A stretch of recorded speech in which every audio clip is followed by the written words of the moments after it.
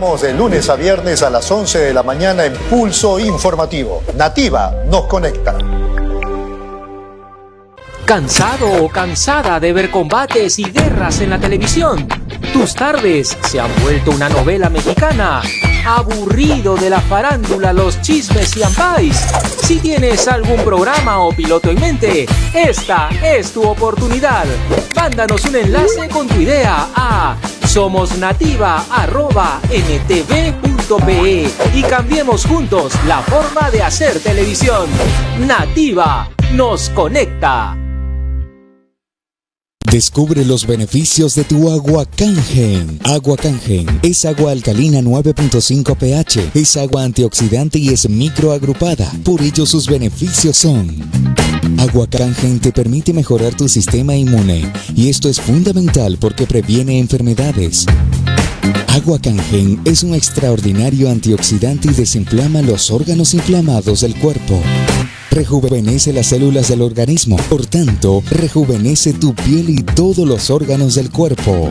Te proporciona mayor energía y vitalidad, por ello es extraordinario para deportistas. Si tienes sobrepeso u obesidad, te lleva a tu peso ideal en poco tiempo. Haz tus pedidos en Lima y provincias a WhatsApp 986-649-421. Espacio comercial contratado. La comodidad y el buen gusto en un solo lugar. Muebles Maldonado. Calidad y diseños exclusivos en salas, comedores y dormitorios. Todas en finísimas piezas de caoba y cedro. Te esperamos en nuestro único lugar de ventas y exhibición. En el Parque Industrial de Villa El Salvador. Teléfonos 287-1210 y 260-5033. El mueble anhelado. Solo en Muebles Maldonado.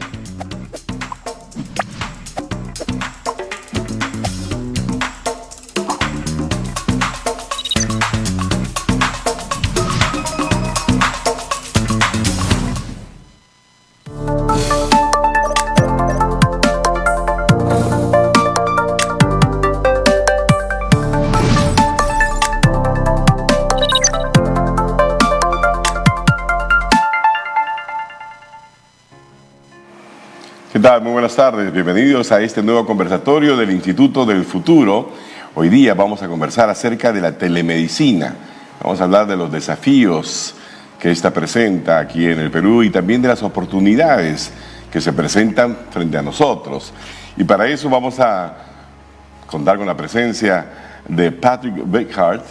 Espero haberlo pronunciado bien. Él es biólogo computacional y es voluntario fundador de Open COVID Perú. También tenemos a Melina Salazar, una muy buena amiga, directora de Telemedicina Perú, y también a Carlos Orellano. Él es coordinador del curso de Telesalud y Telemedicina para el residentado médico de la UPCH, que es la Universidad Peruana Cayetano Heredia. Así que a ustedes tres, bienvenidos, y no sé si quieren dar primero un saludo y comenzamos de inmediato con los temas de la telemedicina y la telesalud, desafíos y oportunidades, aunque voy a comenzar yo, ¿qué les parece? Voy a comenzar dándole mi experiencia de la telemedicina durante la pandemia. Me disloqué un brazo y tuve que, en marzo, debe haber sido abril del 2020, y tuve creo que 4 llamadas, la primera con un médico para decirle qué tal, cómo está, tengo este problema, la segunda para decirme, que estaba mandando a una enfermera, ¿no?, para que me pusiera una inyección, la tercera para decirme que después de varias inyecciones todo estaba bien, y la cuarta para darme finalmente una especie de diagnóstico hacia adelante y recomendaciones. Y quinto, ya no fue llamada, para mandarme su cuenta. Cada llamada me había costado como 350 soles, 400 soles. Esa es mi experiencia con la telemedicina. Una experiencia muy rara. ¿A ustedes qué les parece? Melina, ¿tú qué me dirías? A ver, Carlos, ¿la mía ha sido una experiencia única, de mala suerte, o esto es lo que entendemos hoy en día por telemedicina aquí en el Perú? A ver, yo te puedo decir, según la experiencia, la telemedicina en realidad es la consulta médica que uno pues realiza a través del uso de las plataformas de telecomunicaciones. Un teléfono. Un teléfono. Tú lo que has hecho es en realidad utilizar un teléfono. Quizás se hubiese complementado bien la palabra si hubieses utilizado una videollamada con Zoom. Una videollamada con Zoom, ya. Claro, porque normalmente siempre hay que respetar un cierto protocolo médico-paciente. Y el WhatsApp normalmente, por ejemplo, no estamos que lo promovemos mucho por el tema de que tenemos que proteger al paciente de la información. Entonces ya existen programas tipo Zoom que tienen incluso un protocolo especial para el tema de telemedicina. Eso es uno. Dos, ¿qué pasos hay que seguir para que justamente tú te sientas bien atendido? Como comentaba, es el tema del protocolo médico-paciente que se tiene que respetar. Y es el profesional de la salud el que indica si es que tú necesitas realmente una atención por telemedicina o una atención regular visitando el centro médico. En tu caso, tú necesitabas que se te haga una radiografía. Entonces, tú debiste de haber pasado a hacer a que te saquen la imagen, esa imagen que llegue directamente al especialista y él en una te diga si es que estabas por emergencia, que pases a que te hagan, que te enyesen o lo que fuese, y tu posterior cita ya sería solamente para un tema de telemonitoreo, como le pusieron el nombre. Todos los pasos que te estoy describiendo es parte de la implementación de la telemedicina como tal. ¿Dónde estaría tu problema si es que no hubieses tenido internet? Si es que el médico que te trató no hubiese sido quizás de un primer nivel el momento de descifrar exactamente qué es lo que te tocaba tener, y si no hubieses tenido un especialista. Entonces, incluso el envío de tu receta médica, de tu posterior consulta y demás, se complementan con la telemedicina. Pero mi experiencia es una experiencia que le he compartido con muchas personas y me dicen, a mí igualita me llamaron, sí, por teléfono, y me dijeron, tómate 2 pastillitas y no sé cuánta cosa más, y después me mandaron la factura, y la factura era 300. O sea, pareciera que, bueno, por lo menos en mi caso, la pregunta o la queja venía por el lado de que me pareció excesivo, ¿no? Creo que la consulta precio, persona... Sí, la consulta... La consulta... Un valor, sí. Si tú le pones el valor de la telemedicina que tenga que hacer, justamente esa es la polémica que está existiendo actualmente entre los profesionales de la salud, de que si el valor de la teleconsulta debe ser el mismo de la consulta presencial. Exacto, es lo que te quería decir. Te cuento que sí, está la gran polémica y justamente... Es más caro. Ahí está el error. Claro. Es más caro si estuvieses quizás con un especialista dependiendo de la zona de atención. Quizás yo estando en Loreto y me atiendo con un especialista de Estados Unidos porque en todo Perú no encuentro. Posiblemente ahí le ponemos. Pero el tema del valor es justamente la que está como gran polémica en el Perú. Ok, perfecto. Entonces regresemos al principio, ¿ya? Yo he contado esto un poco para ser provocador, ¿no? Para justamente generar este tipo de reacción, porque hay se está creando una especie de leyenda positiva acerca del valor de la telemedicina, ¿no? Y yo me pregunto en qué medida realmente tenemos hoy en día telemedicina, ¿no? Y cuán importante ha sido, por ejemplo, todo el fenómeno COVID para impulsarla o retraerla. Y ahí quiero traer a la conversación a Patrick. De repente Patrick nos da algunas luces. Mira, la telemedicina, justo estábamos hablando con Melina antes de empezar el panel, es bien amplio, ¿no? Tú tienes en tu caso fue un caso de atención primaria y tú puedes llegar hasta al otro lado totalmente opuesto, que puedes llegar a telemedicina por inteligencia artificial. O sea, en el medio puedes tener sistemas hoy en día, no sé si conoces el Da Vinci, que es un robot para operar, que realmente el doctor que opera, que es operaciones mínimas invasivas, que es artroscópicas, podría estar sentado en otro país operando. Tienes otros casos como imágenes, que la misma imagen te hace una resonancia, un rayos X, lo que sea, y el doctor a lo mejor no es un doctor que está en el Perú, que te está analizando las imágenes, sino es alguien que está en la India y te está analizando, ¿no? Entonces, desde una videoconferencia, una llamada de lo que tú me estás explicando con tu hombro, hasta métodos que ya usan un poco de mucha computación, es un rubro muy grande, ¿no?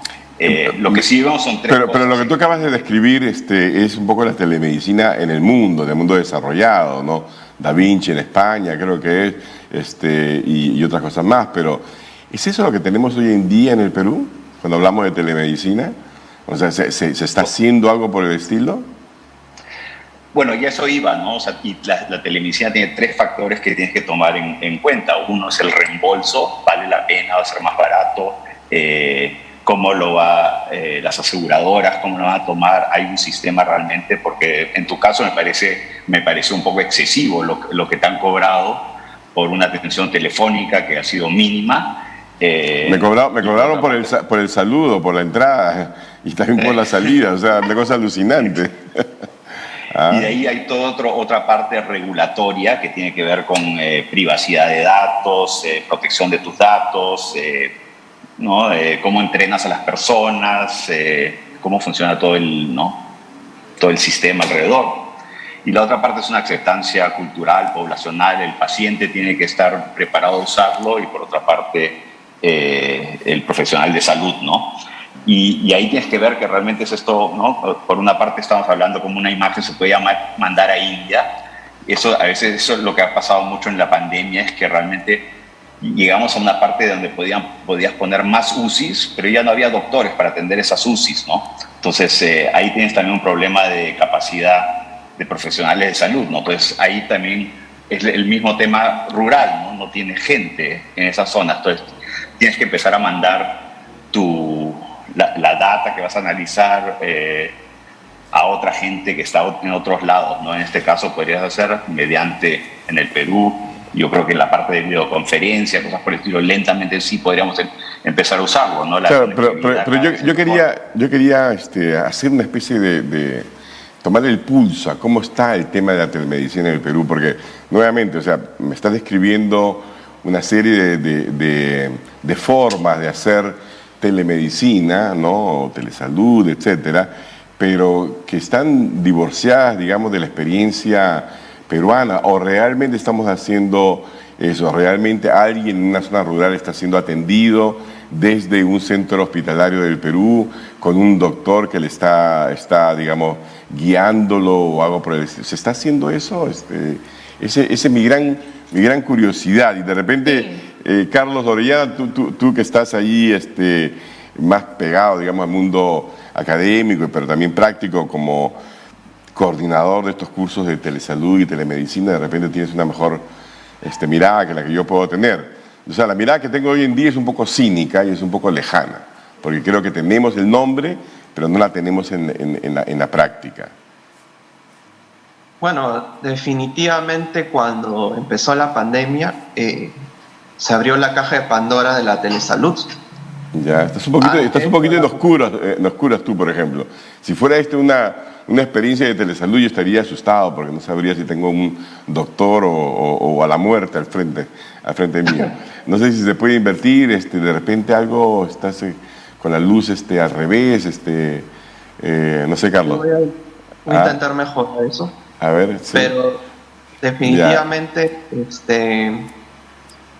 cuando empezó la pandemia, el Ministerio de Salud tuvo que disponer de ciertas nuevas reglamentaciones para poder ofrecer servicios de salud a distancia por la necesidad de atender a los pacientes que estaban con el COVID.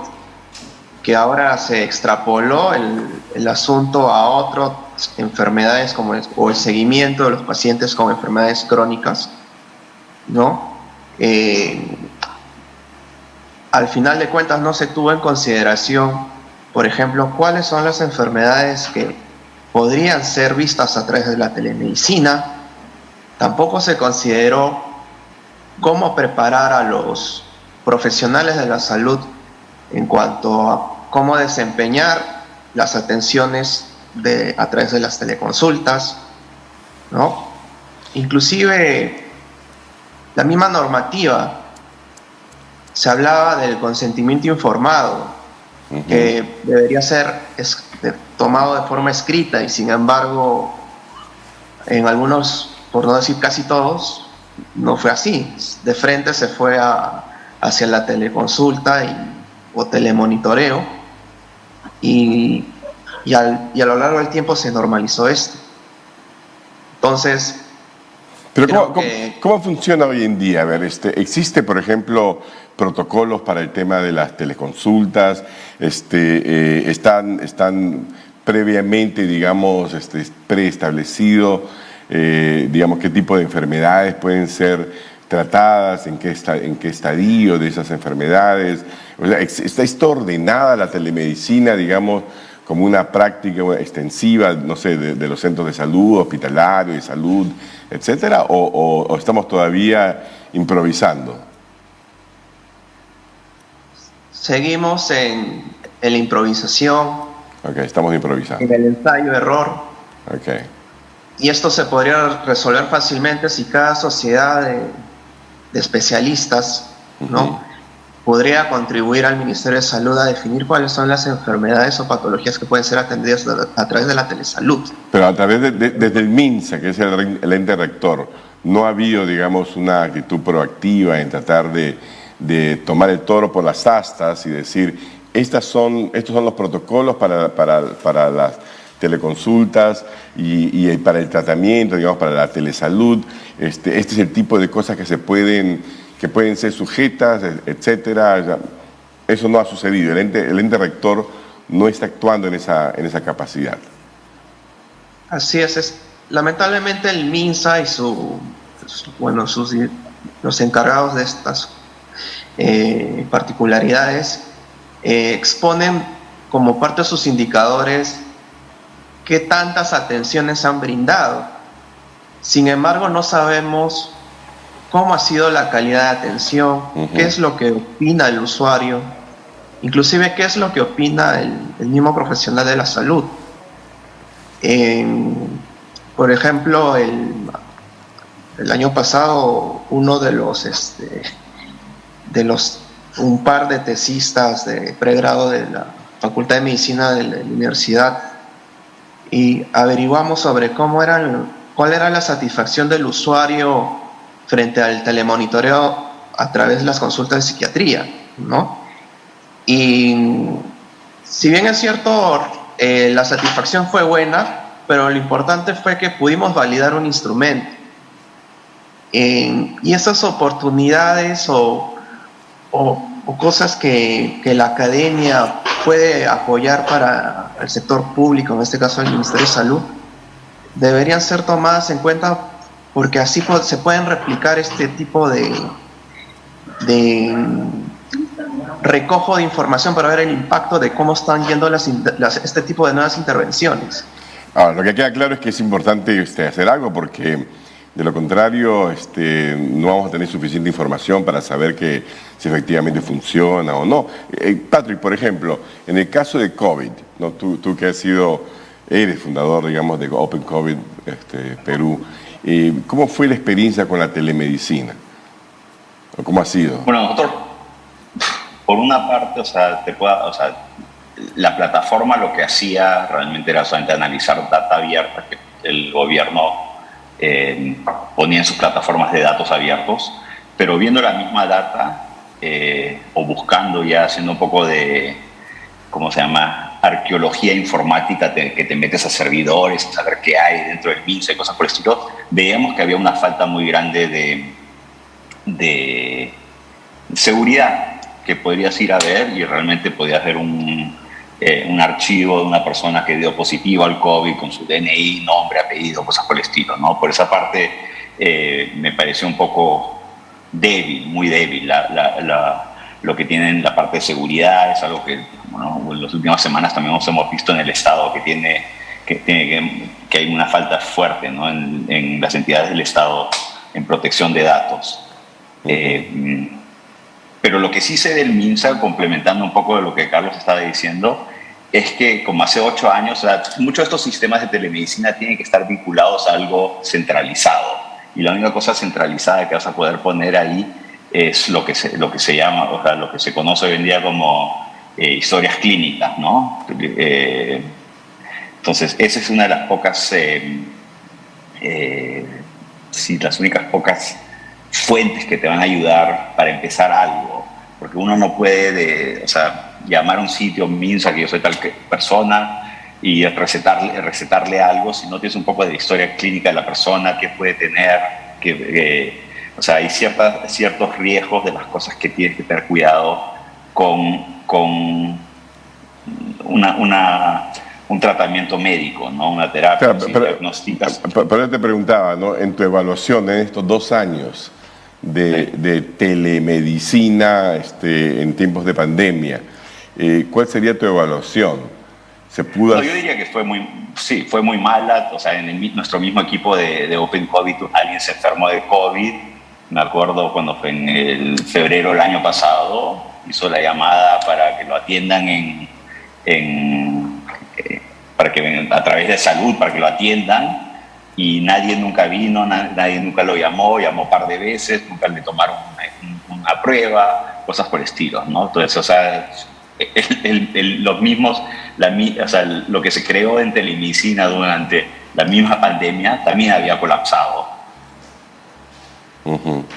Ya, interesante. Y Melina, porque tú estás en el campo privado y tú sí,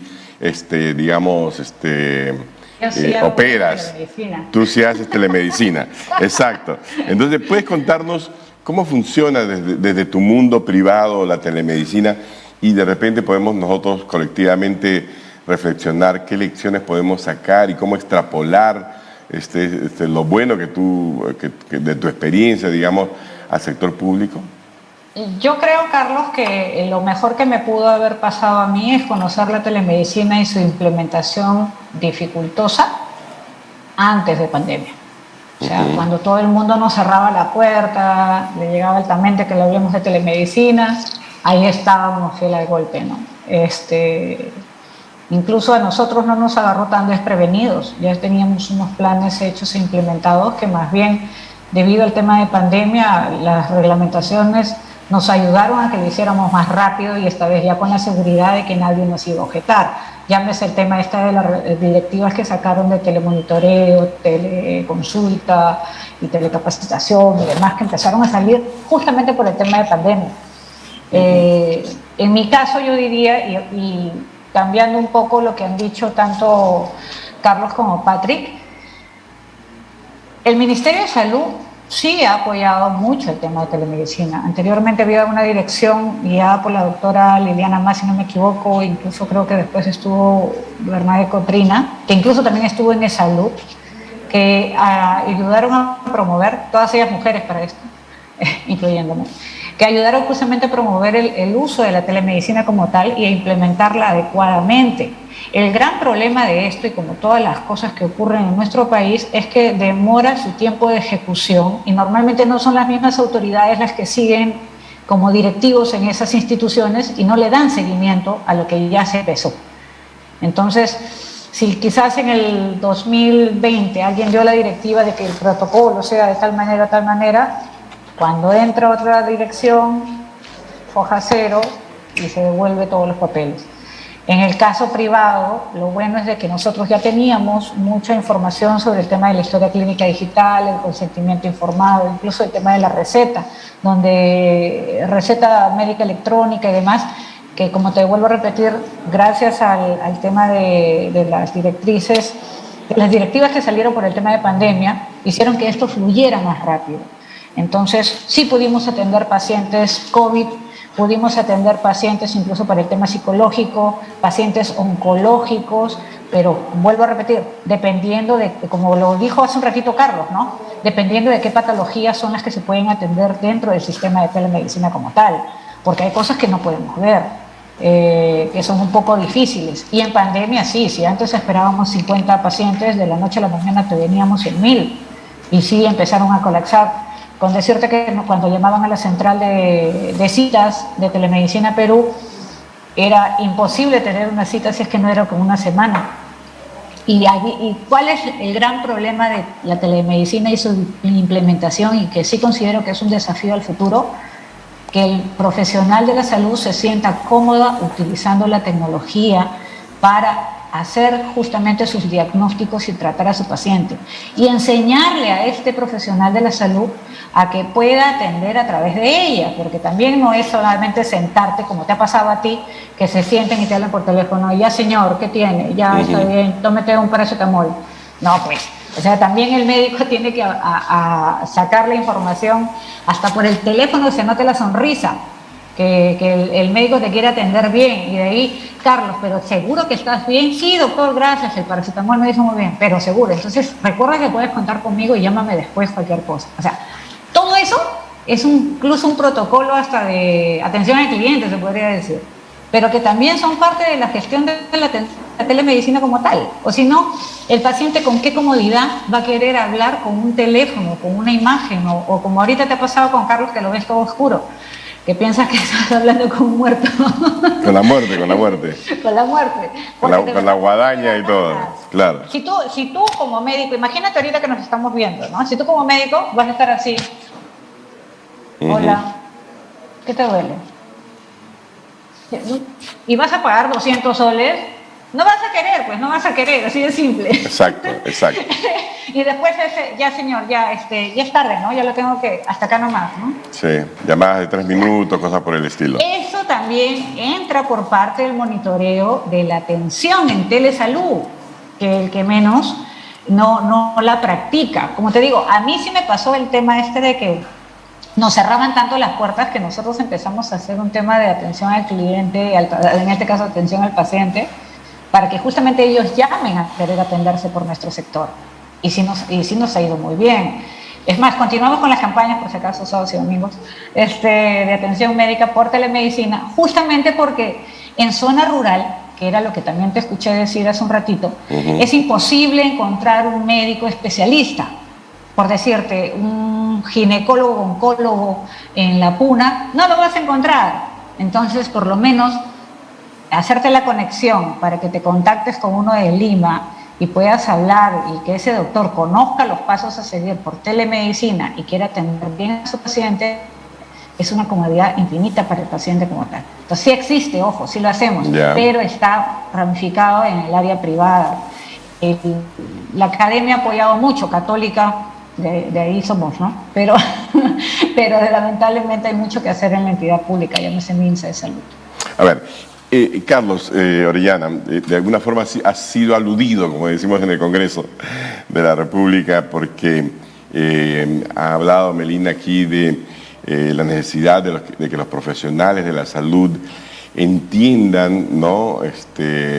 La telemedicina y la telesalud de una manera distinta, que vaya más allá de simplemente decir, bueno, es tele porque está lejos y es salud porque estoy hablando de salud y estoy utilizando algún tipo de instrumento, ¿no?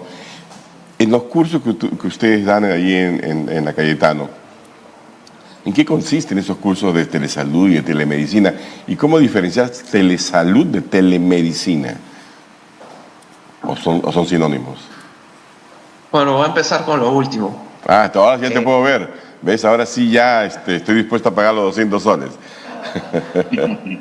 Bueno, gracias de todas maneras. Okay. Bueno, en realidad en diferentes países, partes del mundo existen, algunos los consideran similares, otros distintos, pero acá en el Perú, telemedicina vendrían a ser los servicios asistenciales, o sea, la interacción médico-paciente como una consulta convencional, solamente que a distancia, ¿no? En cambio, la telesalud vendrían a ser los servicios no asistenciales, ya sea actividades de gestión en salud o actividades educativas en salud, ya sea teleeducación para la población en general o la telescapacitaciones, que es para los profesionales de la salud o el personal de salud. ¿Okay? En cuanto a la universidad, bueno, todo esto empieza porque existe en el reglamento del residentado médico, hay un artículo, o inciso, en el cual menciona que se deben impartir este tipo de enseñanza, inclusive en el nuevo reglamento de telesalud, lo vuelve a resaltar, e inclusive involucra a las escuelas de la salud, o sea, los pregrados, medicina, odonto, psicología, etcétera, donde debe incorporarse la telesalud, ¿no? Y por eso en este año en nuestra Facultad de Medicina hemos empezado con una clase de telesalud para los alumnos de sexto año. Uh-huh. Pero en el caso de residentado, esto es una ejecución que va a ser entre mediano a largo plazo. Son como más de 200 residentes por promoción, más la restricción de la pandemia. Lo que estamos logrando al momento es transmitir el conocimiento a los residentes, ¿no? No basta con sentar al médico y que simplemente haga una consulta a distancia. Tiene que saber qué cosa implica la telesalud y la telemedicina, la parte histórica, tanto en el mundo como en el Perú, la reglamentación, las oportunidades que hay para cada especialidad en desarrollar telemedicina, las cuestiones éticas también de hacer este tipo de atenciones. Entonces, nosotros esperamos como facultad que una vez que haya un retorno ya definitivo a que se puedan ya incorporar, digamos, al 100% de las actividades previas que teníamos antes de la pandemia, poder hacer que los mismos residentes también participen y que sean supervisados por sus docentes de cómo realizan una teleconsulta. Y no solamente la parte de teleconsulta, sino la otra parte que es justamente la teleeducación. En mi caso particular, yo soy psiquiatra, entonces tengo residentes de psiquiatría y también tenía a disposición los médicos del residentado de familia. Entonces, antes de la pandemia ellos rotaban en psiquiatría, lo que hacíamos era, preparen una sesión de teleeducación de algún tema que ellos consideren que puede ser transmitido a la población en general. Y eso lo que permite también, de otro lado, es que relajar los nervios, ¿no? Para futuros encuentros de este tipo, ¿no? Yeah. Porque puede ser que exista una especie de fobia social virtual, inclusive, y no solamente hay personas que tienen dificultades para poder exponer de forma presencial, por ejemplo. También existen los que, al ser esto una cuestión muy nueva, también lo pueden presentar de forma virtual. Entonces, con el continuo en todo año, sí, se puede hacer eso. Claro, pero un poco escuchándolos, ¿no? La verdad, siento una tremenda frustración porque, la pandemia ha acelerado una serie de tendencias. Una de esas tendencias en el mundo es la telemedicina, la telesalud. De hecho, por eso es que Melina, ¿no?, que está muy atenta a esas señales de futuro, esas tendencias, etcétera, empezó todo el tema de la telemedicina mucho antes de la pandemia, ¿no? Pero pareciera que la pandemia no ha logrado tener un impacto, digamos, sensible en que el sistema, digamos, interiorice la importancia, ¿no?, y los beneficios de la telesalud y la telemedicina en un país que tiene las grandes dificultades de acceso, ¿no?, a los servicios de salud, como es el caso del Perú, ¿no? Yo quisiera preguntarles a cada uno de ustedes si esta percepción que estoy teniendo después de escucharles es correcta, o me desperté muy no sé, desanimado hoy día. A ver, ¿tú qué me dices, Melina? A ver. Nos ayudó mientras estábamos en pandemia. Pero, ¿De a ver, verdad? pero como país, o sea, porque estamos hablando... Es que a lo que voy. A ver. Acuérdate que para mí el tema es de que todos los especialistas médicos siempre están en Lima. Entonces mi gran dolor de cabeza era que yo paraba en provincia y nunca encontraba un especialista, porque en provincia siempre hay médico general, ¿no? Entonces fue una ventaja durante los 2 años de pandemia, sí, porque por lo menos el médico especialista de Lima buscaba conectarse, por lo menos por este tema de los 2 años, a provincia, conectándonos a través de las plataformas digitales, ¿ok? Pero bueno, acabó la pandemia y no lo han hecho continuo. Pero como dice Carlos, tiene que ver también mucho con parte de la enseñanza de la academia, con parte de la promoción, de dar a conocer estas ventajas y desventajas, ojo, que también puede tener para el profesional de la salud, para incluso el paciente como tal. Tiene mucho miedo, sí, porque existe poca cultura de atención utilizando la plataforma digital. O sea, en provincia es algo imposible que incluso hasta ahorita una señora pueda ir a sacarse una mamografía sin que esté el esposo al costado. Entonces ya imagínate cómo será pues hablar a una pantalla. Entonces, sí, imagino que le diga, a ver, desnúdese frente a la pantalla, o sea, ¿no? No sucede así. Ya, no, pero, pero sí está el temor, ¿no? Si la señora justamente está con el miedo, así nomás, hablando con el médico cuando le está queriendo enseñar con el bulto que tiene en su seno y el médico la toca para ello, peor va a ser en el momento de ser tan transparente en la cámara. Hay mucho desafío que sí veo que todavía tenemos que afrontar, y en un país tan rico de oportunidades como es el nuestro.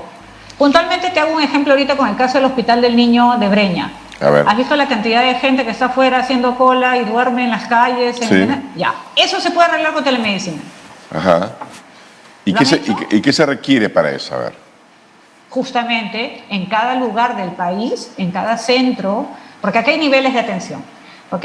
En cada centro, en provincia, debe implementarse justamente que la primera consulta sea de esa manera, que el niño esté allá y se atienda acá con el especialista del Hospital del Niño y le diga, mire, estoy mal, que no sé qué, allá se saque sus pruebas de laboratorio, allá se saque sus pruebas de diagnóstico por imágenes, y recién cuando tiene la programación de su cirugía, venga. Algo tan sencillo. ¿Cómo lo pasa acá? Acá has visto, meses tiene esa gente ahí.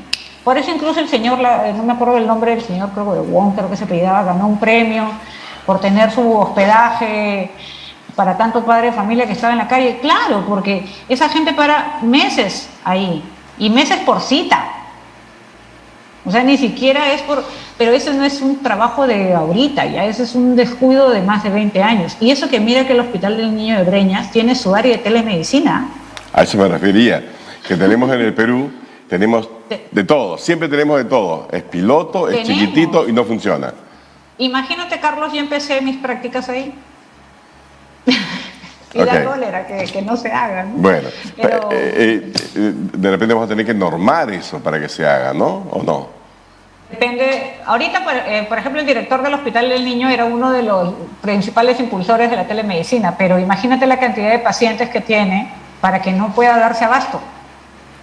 Entonces, este es un trabajo no solamente de Lima, también depende justamente de las direcciones regionales de salud para que justamente esos pacientes de allá vengan acá ya cuando sea solamente el momento necesario.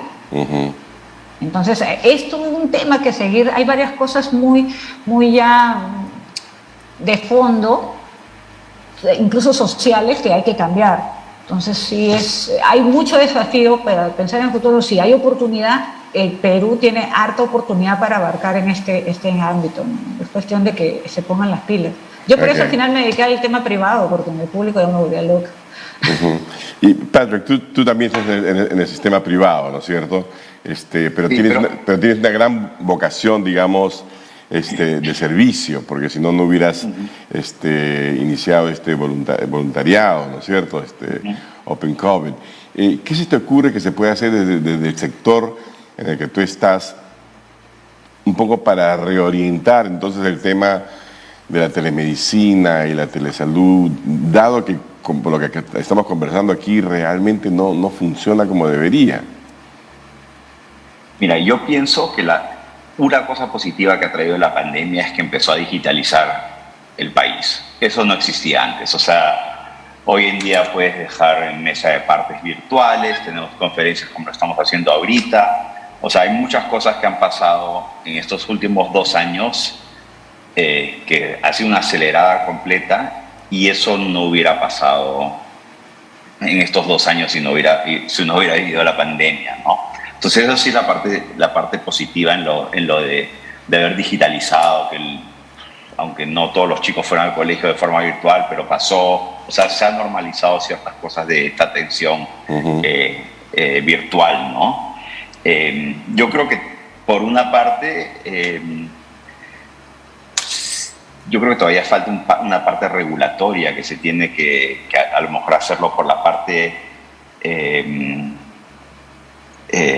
alguna ONG, o sea, organizaciones que tienen que apoyar ahí, no, la comunicación, cómo se va, hay cierta protección de datos, cómo se maneja esto, cómo tienes que ¿cómo se llama?, estandarizar ciertas educaciones o trainings que haces en línea, cosas por el estilo que se podría a lo mejor hacer más con organizaciones. O sea, no es el primer país que está pasando por esto, muchos países que ya han pasado, hay muchos países que ya están mucho más evolucionados en lo que es en la telemedicina, ¿no? Entonces yo veo por ahí se podría hacer algo más con el sector de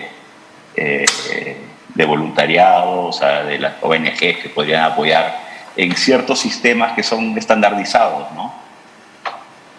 Y una pregunta, de repente Carlos Orellana me puede ayudar más específicamente. ¿Qué país en América Latina, digamos, no lo ha hecho tan mal o lo está haciendo bastante bien en materia de telesalud y telemedicina? ¿Qué país debemos mirar? ¿Qué experiencia? Uruguay, por ejemplo.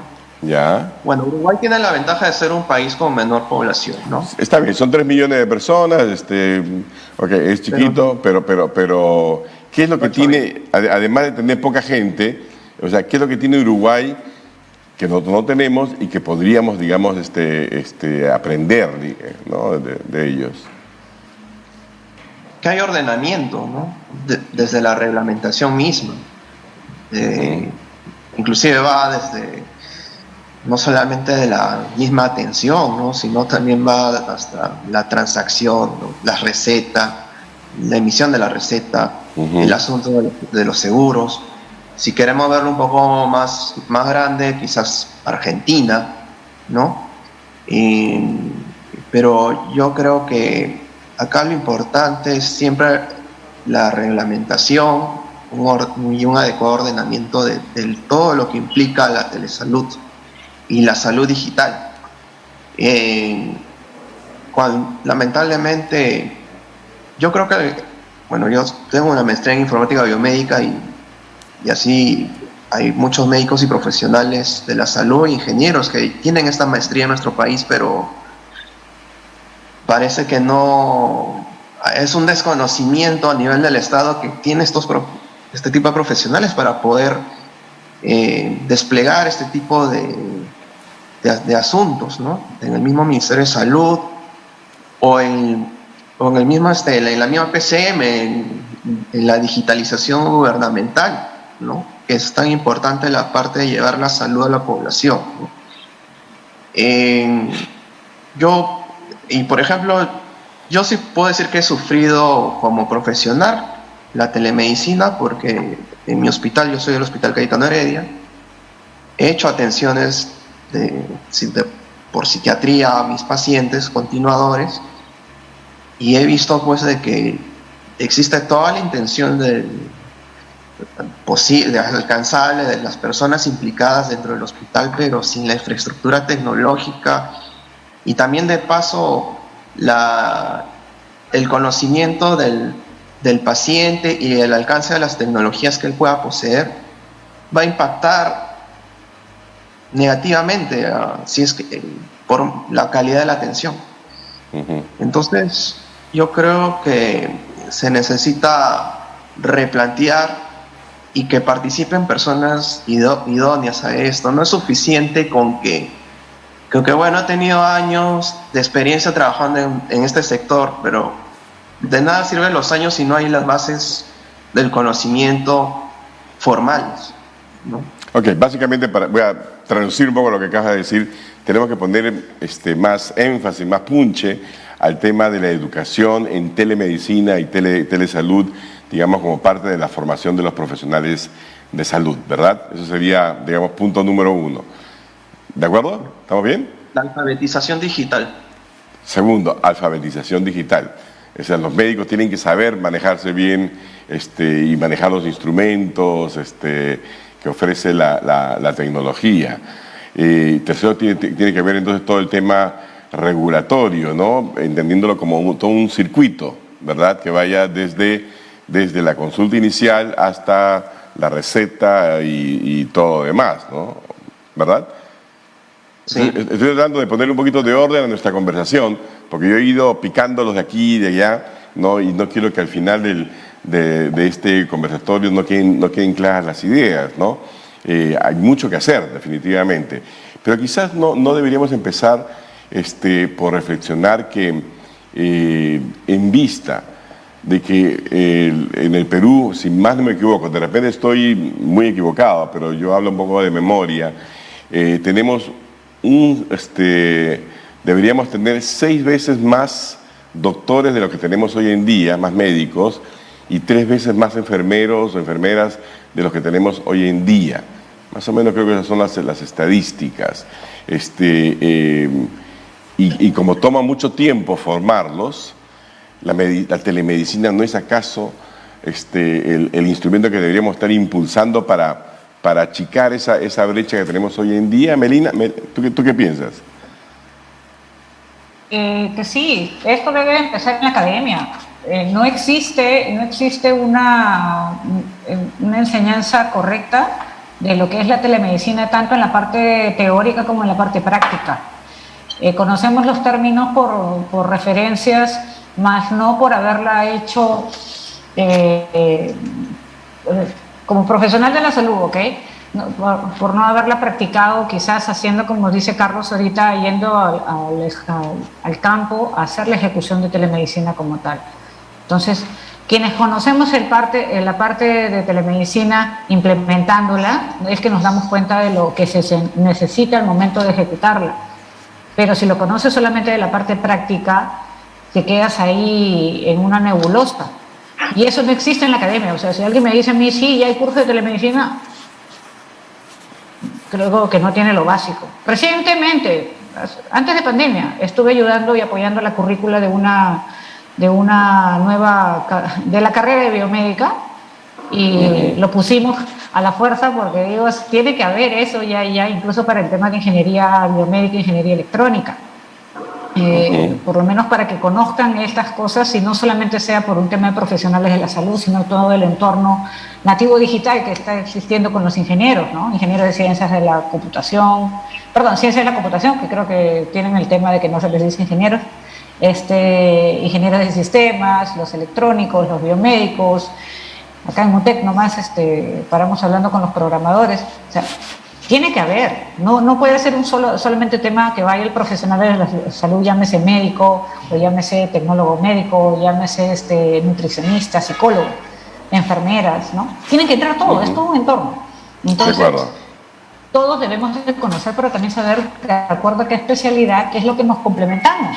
Yo puedo trabajar tranquilamente con un biólogo, yo puedo trabajar tranquilamente con un tecnólogo, pero si mi profesional de la salud, que es el primer nivel de atención, no me ayuda a trabajar con ellos, y no me estoy haciendo un soporte con mi ingeniero biomédico, el gestor de salud, o sea, somos un grupo grande. Y ese es el gran desafío también, conocernos todos. Sí, pero pareciera que quien está, digamos, fuera de esta conversación son justamente los que ejercen la rectoría del sector salud, ¿no? El MINSA tiene mucho que hacer aquí, ¿verdad? Por ejemplo, el colegio médico, ahí hay problemas, ¿no? Pero por lo menos el anterior decano, Palacios, se apoyaba, ¿no? No sé cómo se ahora. De acuerdo. Patrick, yo quería preguntarte a ti, COVID pareciera que ya está, digamos, de salida, Dios quiera, ¿verdad? Pero el futuro es un futuro de más pandemias, ¿no? Desafortunadamente pareciera que ese va a ser el caso, eso es lo que tenemos que prepararnos, ¿no? ¿En qué medida crees tú que la medicina puede ser, digamos, un instrumento para la preparación también frente a nuevas pandemias? Mira, primero de todo quiero complementar la conversación que yo creo que todavía hay un factor económico en la telemedicina, que tienes que comprobar que la telemedicina es más barato que atención. Que no se ve hasta ahora, ¿no? Que no se ve eso. Eso no se ha visto. Porque... Sí. No, eso sí se ve. Tú tienes aseguradoras en ciertos países, en el sector privado, que tienen 3 sistemas, ¿no? Un sistema de telemedicina, un sistema HMO, o sea, esto típico que tienes un sistema de salud No, pero yo decía, no se ve aquí en el Perú. No, sí, claro. Sí. Ese es el tema. Claro, y mientras estamos saliendo del CISO, que es algo que el Estado paga todo, como que es más diferente que si fuera o sea, probablemente tiene que ser impulsado más por el sector privado, ¿no? Al inicio, ¿no? Bueno, me hablabas sobre más pandemias en el futuro y cómo va a evolucionar la medicina. Yo creo que lo que ha pasado en los últimos años, saben que nunca hemos visto una vacuna salir dentro de 10 meses, ¿no? De empezar una pandemia, ¿no?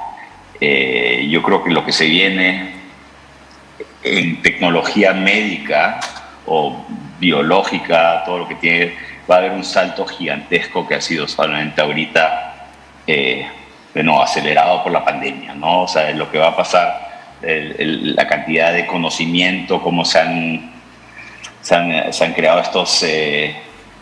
la comunicación entre diferentes equipos y todo lo que ha generado la pandemia en general al rubro de salud es revolucionario. O sea, realmente vamos a ver muchos cambios, vamos a ver muchas medicinas nuevas, probablemente vas a ver más de estas medicinas o estos tratamientos nuevos en los países más desarrollados, como siempre es el caso, pero últimamente también va a llegar a los nuestros, ¿no? Y eso también lo puedes ver que se va a replicar en muchos otros rubros, como la educación, que se volvió media híbrida, todo eso, van a salir muchos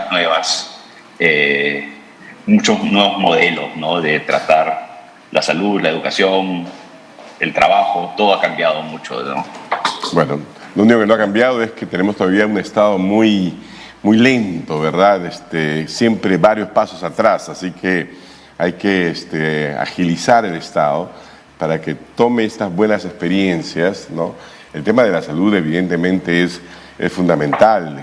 Sin salud realmente no hay absolutamente nada. Eso de que salud, dinero y amor empieza justamente porque sin salud no va a haber dinero ni va a haber amor. Así que yo les agradezco a ustedes 3, a Patrick Whithart, a Melina Salazar, por supuesto, directora de telemedicina, y a Carlos Orellana, los que nos han dado una perspectiva bien interesante de un tema que todavía vamos a tener que seguir discutiendo, porque hay que hacer más educación para que la gente entienda el valor y el potencial y real que tiene la telemedicina y la telesalud, que ahora sabemos que son 2 cosas parecidas, pero un poquito diferentes. Yo soy Carlos Anderson, este ha sido el conversatorio del Instituto del Futuro aquí en Nativa, así que muchísimas gracias, nos vemos la próxima semana.